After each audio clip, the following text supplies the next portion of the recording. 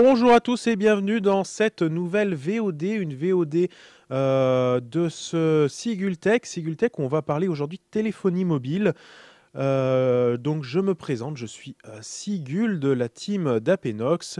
Vous me connaissez sans doute, la plupart d'entre vous, essentiellement pour les VOD et les streams Play on the Go, où on joue sur des jeux sur mobile. Et de temps en temps, quand j'en ai l'opportunité, je vous propose ces VOD. Ces VOD Sigultech où on découvre ensemble des objets tout simplement de technologie. Donc cette VOD, vous l'aurez compris, est essentiellement consacrée au nouveau smartphone qui fait énormément parler de lui en ce moment. Il s'agit du OnePlus One.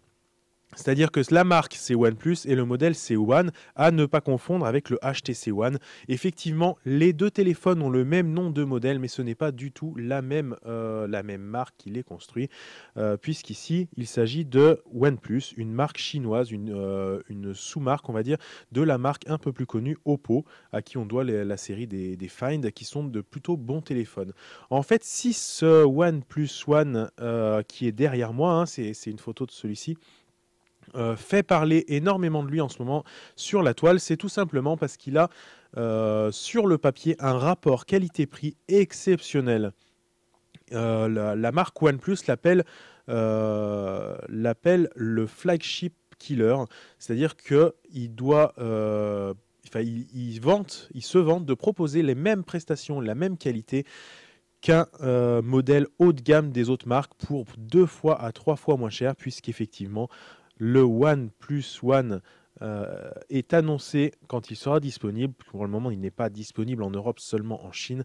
Il est annoncé à seulement 300 € hors frais de port pour un modèle de 64 Go de mémoire, en sachant que technologiquement, il est plutôt avancé, parce qu'on retrouve un processeur relativement puissant pour l'époque, un appareil photo annoncé comme étant de qualité et pouvant rivaliser avec les Xperia Z2 et les Samsung Galaxy S5, même avec et surtout avec les iPhones, un écran de 5 pouces 5 en Full HD, une batterie plutôt conséquente et 3 Go de RAM. Voilà pour les caractéristiques en résumé. Je vous invite à consulter directement le site de OnePlus qui vous donnera plus d'informations, ou si vous voulez peut-être un petit peu plus d'objectivité, les sites de nos confrères qui ont eu ce téléphone dans les mains et qui en ont fait un article. Ce que je vous propose, parce que nous avons eu, et nous sommes là pour en parler, parce que nous avons eu l'opportunité d'avoir un modèle de ce OnePlus One. Donc on va le déballer ensemble. On va le déballer ensemble. Donc voilà, je vais tout de suite vous montrer. Voilà comment se présente le carton que j'ai reçu. Le carton que j'ai reçu, où on peut trouver 3 éléments pour le moment. Alors, ça, c'est le gros morceau. Là où on imagine qu'on trouve le téléphone. Ensuite, je vais enlever la boîte directement. Donc le gros morceau, il est là. Ensuite, on a un petit morceau de polystyrène pour caler le tout. On a une plus petite boîte. Et dans la mesure où c'est une version non européenne, j'ai le petit adaptateur pour pouvoir utiliser le chargeur USB, qui est un chargeur USB classique 2 ampères, donc au pire qui peut être remplacé assez facilement. Dans la petite boîte, on devine assez facilement ce qu'il y a dedans, dans la mesure où je ne sais pas si vous le voyez bien. Voilà, là comme ça on voit en filigrane, en fait en gaufré plutôt, on a le dessin du chargeur. Donc, le chargeur qui est dedans. Ils ont plutôt la qualité est plutôt bonne, hein, ils ont essayé de travailler la qualité. L'emballage, vous voyez, c'est quand même plutôt sympa ce qu'ils nous ont fait. Mais ce qui nous intéresse, c'est pas forcément le chargeur. Le chargeur, on va le remettre dans sa boîte et on va le remettre de côté. Mais c'est surtout ce qu'il y a là-dedans. Donc on va ouvrir le tiroir. Je vais pousser mon clavier pour qu'on ait bien la place. On ouvre, hop, on sort la boîte rouge. Donc le rouge et le blanc, hein, sont les couleurs de OnePlus. Ça explique un petit peu tout ça. Et là, on va sortir le téléphone. Donc là, on a la petite languette pour sortir le téléphone. Hop, on le sort de sa housse. Donc j'ai un peu triché, hein. Il a déjà été un petit peu déballé parce que j'ai dû, pour vous proposer un test de qualité, j'ai dû le tester. Donc on a effectivement le logo OnePlus One derrière avec le double flash. On voit que c'est un double flash qui a l'air d'avoir double flash du même ton, pas comme sur les iPhones en double ton. Là c'est un seul ton. On a un petit micro à l'arrière. On retrouve ici un second micro qui, j'imagine, les deux permettent de traiter les annulations de son. On a la prise casque ici. On a une finition qui est quand même plutôt sympa. Au dos, c'est du plastique. C'est du plastique, mais c'est agréable, agréable au toucher. C'est un petit peu pelliculage soft, on va dire. Sur le côté, on retrouve ici les boutons de volume. Il ne faut pas trop que je m'approche, sinon c'est flou pour vous. À côté, là, on a le trou qui permet d'insérer l'outil pour sortir la carte SIM. De l'autre côté, on a uniquement le bouton Power. Et en bas, on a la traditionnelle prise micro USB pour charger, un troisième micro ici et les haut-parleurs ici. On va mettre ce téléphone de côté. On va le poser là en attendant. Voilà, parfait. Et on va regarder du coup ce qu'on a là-dessous. Quitte à faire du déballage. Donc on a les traditionnels. Traditionnels. Mode d'emploi, est-ce vraiment utile pour nous ou non? Vous allez tout de suite le voir. C'est peut-être un petit peu foncé, mais tout le mode d'emploi du téléphone est en chinois. Car, je le répète encore une fois, ce n'est pas la version européenne, donc c'est logique. Il faut savoir que la version chinoise n'est pas livrée avec le même OS que la version européenne. La version européenne étant censée être livrée sous Cyanogen Mode 11S, la version chinoise sous ColorOS, l'OS de Oppo, enfin la surcouche Android de Oppo. Dans mon cas, je me le suis fait livrer directement flashé sous Cyanogen parce que je pense que c'est plus intéressant. Ici, on a le petit outil pour la carte SIM qui est dans un truc de caoutchouc. Quand on le tire, on retrouve notre outil pour retirer la carte SIM. Donc ça, c'est plutôt sympa, hein. Ils ont vraiment travaillé le packaging. Je pense que l'objectif de marcher sur les plates-bandes de Apple, de Samsung, voire de Sony, est plutôt réussi. Ici, on a le chargeur, un câble plat, qui est vraiment plutôt sympa. Ils auraient pu nous mettre un câble bas de gamme. Ils nous ont mis un câble plutôt sympa avec un truc pour le garder attaché, pour le ranger. Ça, c'est bien. Ça évite que ça fasse foutoir dans un sac. Il est même personnalisé, hein. Il y a le logo OnePlus sur la tranche. Oh, dans l'ensemble, il n'y a pas grand-chose à dire sur ce packaging, si ce n'est qu'il est plutôt réussi et plutôt joli. C'est vrai que ça fait une très bonne première impression. Donc on va garder du coup, je remets tout en place, histoire de, c'est bien calé.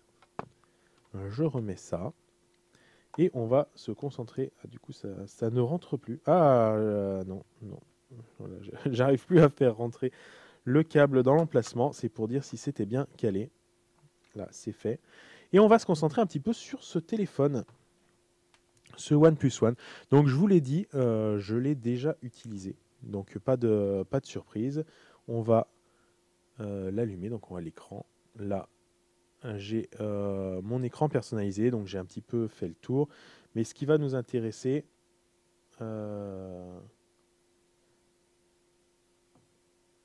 c'est... Voilà. C'est le téléphone en lui-même et ses capacités. Je vais essayer de vous mettre la luminosité à fond pour que vous puissiez bien voir l'écran. Donc là, la luminosité est à fond. Je vais essayer de faire le moins possible de reflets. Je vais y revenir, mais je ne peux malheureusement, donc là on a le widget classique, pas vous le présenter comme je le fais dans les Play on the Go avec l'iPhone, parce que pour l'instant je n'ai pas encore réussi à faire un mode mirroring sans router le téléphone, et j'ai pas envie pour l'instant de le router. J'ai pas envie de me prendre la tête avec ça. Donc ce que je vous propose de découvrir dans un premier temps, c'est on nous a dit que ce téléphone était puissant et on aimerait le vérifier. Donc on va lancer un test benchmark Antutu et on va lancer le test. Et on va attendre les résultats.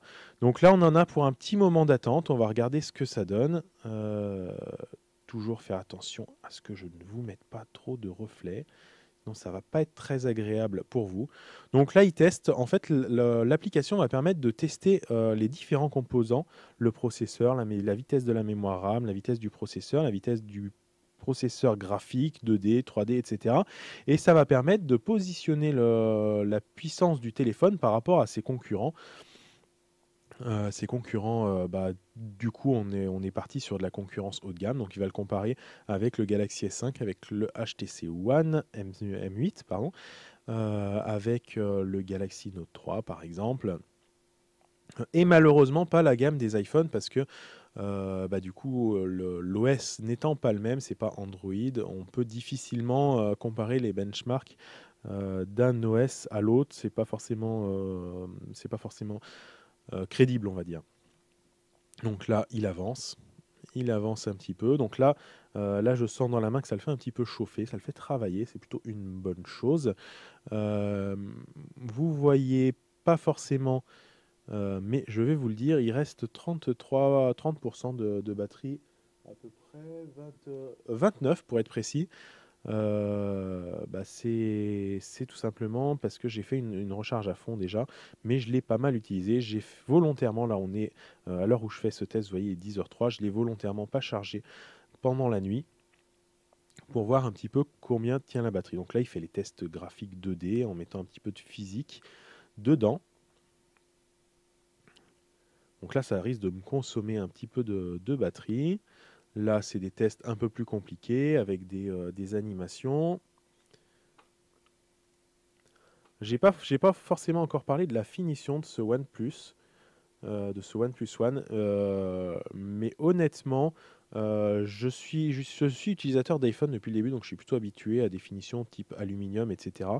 Le plastique en main, ça fait effectivement un peu bizarre quand on est habitué à l'aluminium. Ça fait un peu plus jouet, on va dire. Mais les finitions, je les trouve, moi, relativement correctes. Il n'y a pas d'espace entre les morceaux assemblés. Il n'y a pas de craquement euh, quand on prend un téléphone bas de gamme. Des fois, on appuie un petit peu sur l'écran, ça cracote par-ci. On sent un jeu par-là, sur les boutons, etc. Là, j'ai rien remarqué du tout de tout ça. J'ai trouvé ça plutôt sympa. Voilà les résultats. Et là, vous voyez, même si on sait que le logiciel Antutu peut être manipulé, ça a déjà été le cas avec certains Samsung qui avaient manipulé les résultats, mais on voit que si le test est honnête, on voit que le OnePlus One est largement, enfin il n'est pas largement, mais il est vraiment au-dessus de ses concurrents. Je rappelle que ce téléphone coûte en version 16 Go 269 € et en version 64 Go 300 €. Le téléphone le plus puissant qui est juste en dessous de lui, le HTC One M8, coûte au moins le double en version 16 Go. Et de même pour les Galaxy S5 et Galaxy Note 3. Et ensuite, les autres téléphones sont un petit peu moins puissants. Les LG G2 et Xiaomi Mi 3 se rapprochent un petit peu de ces compétences, mais pas. Et surtout se rapprochent du prix, mais du coup, celui-là est plus puissant. L'autre point qui est vraiment, vraiment, vraiment important pour moi, parce que des téléphones puissants, on en a. On a par exemple le Nexus 5 qui est pour moi un bon téléphone. Je ne sais pas s'il y est là, le Nexus 5. Non, il n'est pas dedans. Il n'est pas dedans. Mais le Nexus 5 a pour moi pas un suffisamment bon appareil photo pour que je m'y intéresse. Donc c'est pourquoi j'ai voulu tester l'appareil photo de ce téléphone et le comparer avec mon actuel iPhone 5S qui pour moi est une référence en photo. Il fait partie du top 10 pour moi des photophones. Et d'après OnePlus, sur le papier, ce OnePlus One est censé faire des merveilles avec son capteur à ouverture 2 en 13 millions de pixels, je crois, avec un capteur, si je dis pas de bêtises, Sony de qualité. Donc on devrait s'attendre à un résultat plutôt sympa. Donc, je vais vous montrer le test rapidement. On va lancer ça. Voilà, donc là, on voit à droite les photos prises avec le OnePlus et à gauche les photos prises avec l'iPhone, à chaque fois avec l'angle. Là, j'ai zoomé. Sur cette photo, on voit que on voit peu de différence. Ici, en macro, et surtout avec des couleurs un peu vives, on voit que l'iPhone a tendance à un petit peu exagérer les couleurs et le rendu OnePlus semble un peu plus honnête. Et en zoomant dessus, on voit que les deux qualités se valent. Donc là, on voit clairement la différence de colorimétrie sur cette nouvelle photo un petit peu macro. Les photos du OnePlus semblent un peu plus réalistes. Et quand on zoome, on voit que les 13 millions de pixels surpassent un petit peu le 8 millions de pixels de l'iPhone 5S. En photo un peu standard, la rue, des photos un peu ternes, toujours une petite différence de colorimétrie. Et quand on zoome, une meilleure qualité logique pour le OnePlus One en termes de définition de pixels. Là, on est sur la photo de l'iPhone 5S d'une personne, de Guillaume, notre stagiaire qui travaille dans les studios d'Apenox en ce moment. Et la même photo avec le OnePlus, qui est peut-être un petit peu moins bien en termes de colorimétrie. Il a l'air un petit peu malade. Là, on a l'iPhone 5S qui a pris une photo en HDR automatique et le OnePlus One n'a pas détecté le besoin de HDR, donc je l'ai fait manuellement, mais on voit que le résultat est plutôt pas mal. Le HDR étant peut-être un tout petit peu trop exagéré côté OnePlus. Ici, c'est une photo sans flash dans l'obscurité du studio où je me trouve. Là, actuellement, je suis à la place de la chaise. Et on voit que le OnePlus a une photo un peu plus sombre, mais avec un petit peu moins de grains.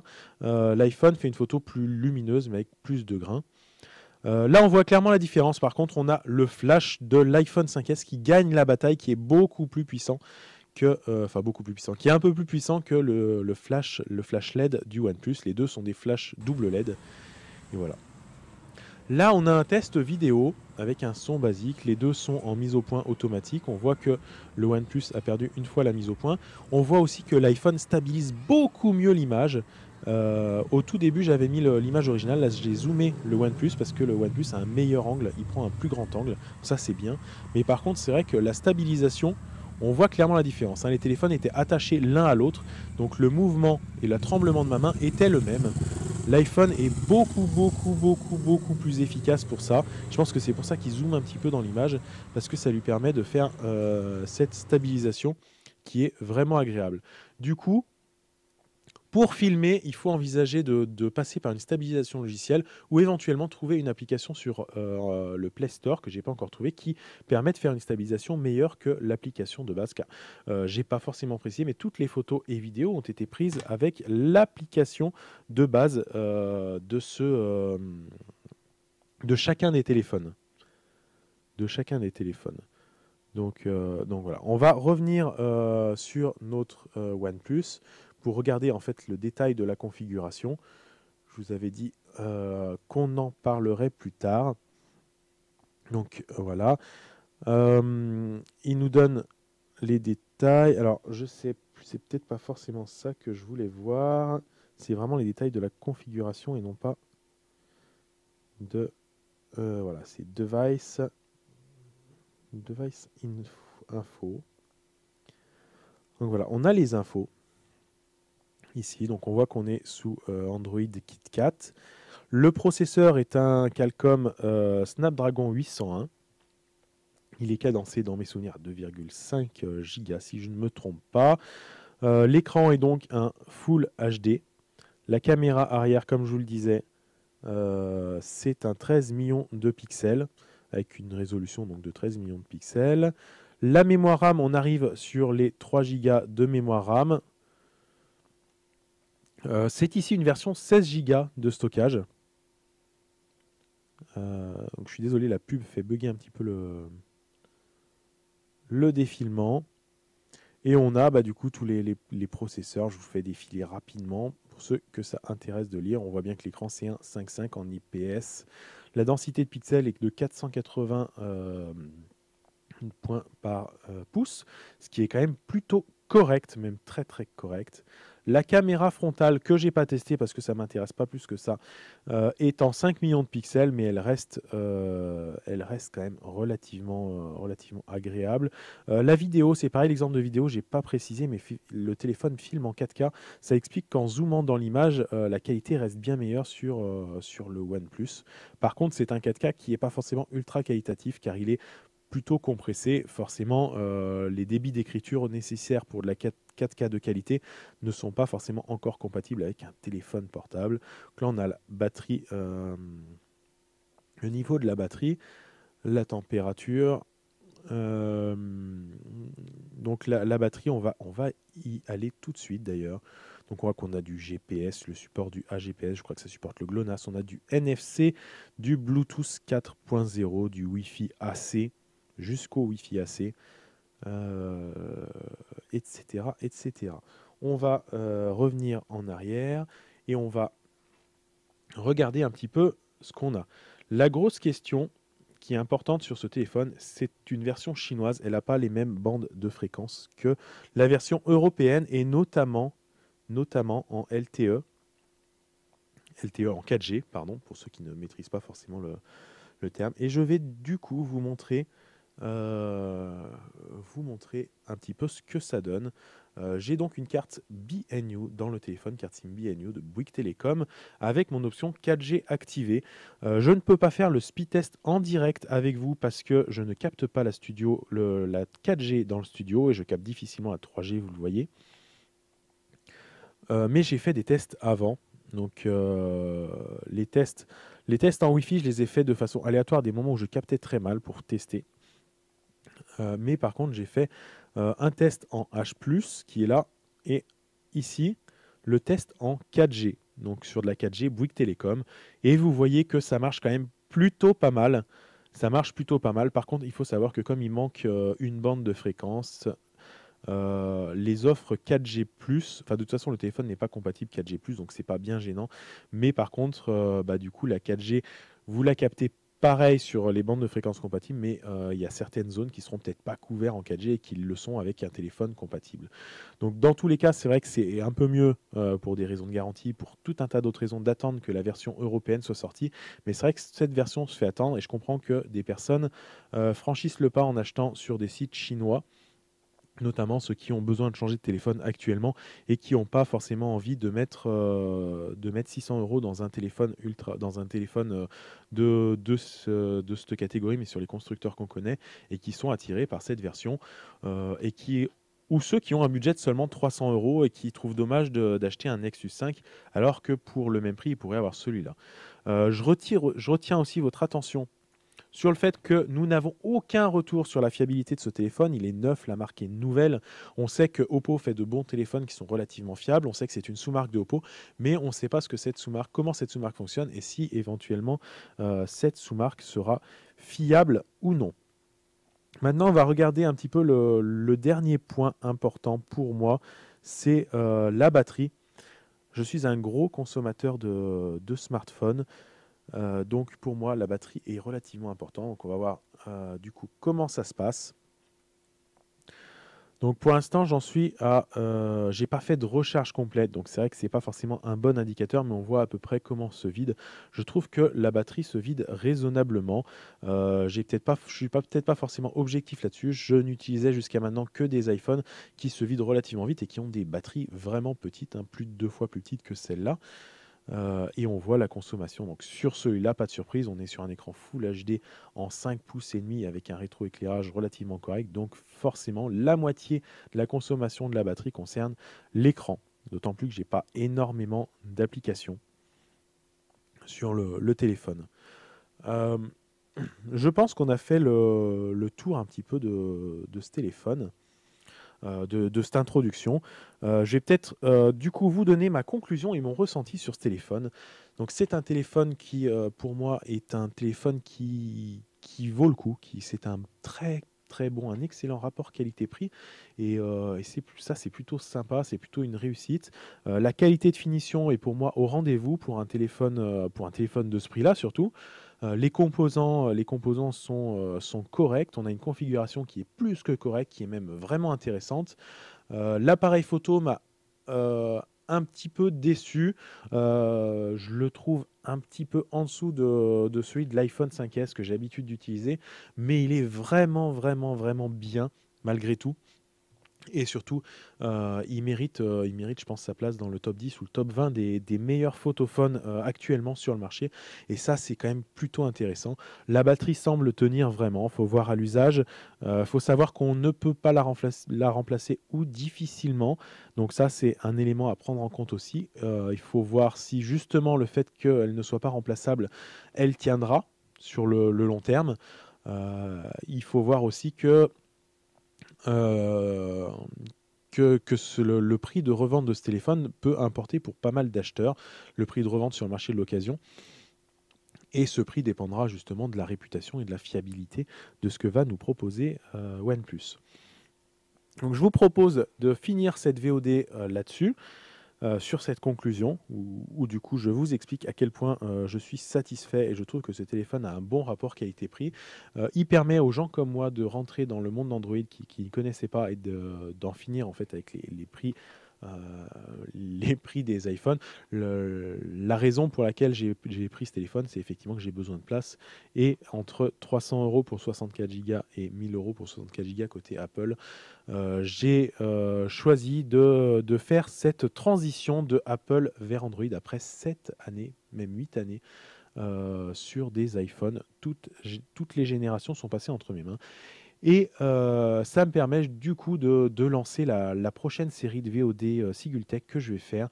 C'est-à-dire, j'ai du coup pour passer de ce téléphone de mon téléphone iPhone à ce téléphone Android, j'ai eu beaucoup de galères pour pouvoir récupérer mes contacts, des choses comme ça. Et j'ai trouvé que peu d'informations intéressantes.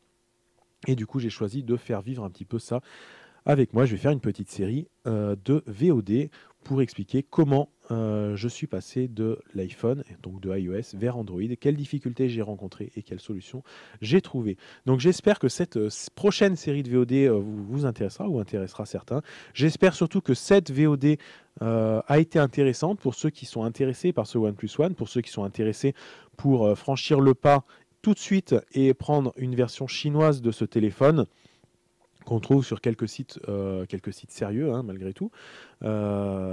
Et donc voilà, pour vous montrer que ce téléphone fonctionne très très bien en France. Il faut juste ne pas avoir peur de la panne, car la garantie est un peu plus compliquée. Il faut le renvoyer là-bas, etc.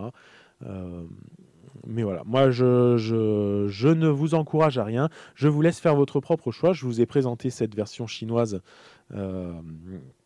Et je vous ai montré ce que ça donnait, je vous ai expliqué les risques et les conséquences, à chacun de faire son choix. Et j'espère que